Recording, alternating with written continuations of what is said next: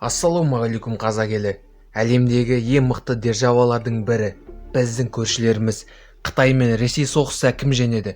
Қай елдің армиясы мықты деген сұрақтарға жауап табатын боласыздар.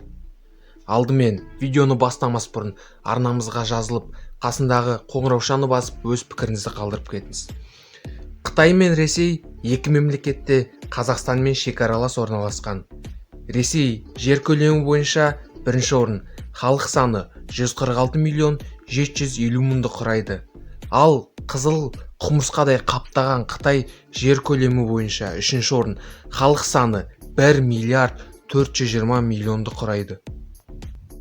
Ресейде 900 мың әскер, әлем бойынша 5-ші орында. Ресейдің қару-жарағы өте мықты дамыған. Әлемдік нарықта Ресей қару-жарағының үлесі 25% құрайды, ал Қытайдікі 10%-дан төмен. Қытай армиясы 2 миллион 200 мыңды құрайды. Қытай елі көбіне қару-жарақты, техниканы Ресейден көшіріп алады. Ресей әскері айына 60 мың рубль жұмсаса, Қытай әскері 500 мыңдай жұмсайды. Қытай әскері Ресей әскерінен әлде қайда көп. Ресей әскерінің қару-жарағы әуе әскері, су әскері сапалы әрі ыңғайлы. Ал Қытайдың қару-жарағы әуе әскері, су әскері Ресейден бірнеше есе көп. Қытайлар соғысқаннан гөрі биологиялық соғысты жақсы көреді.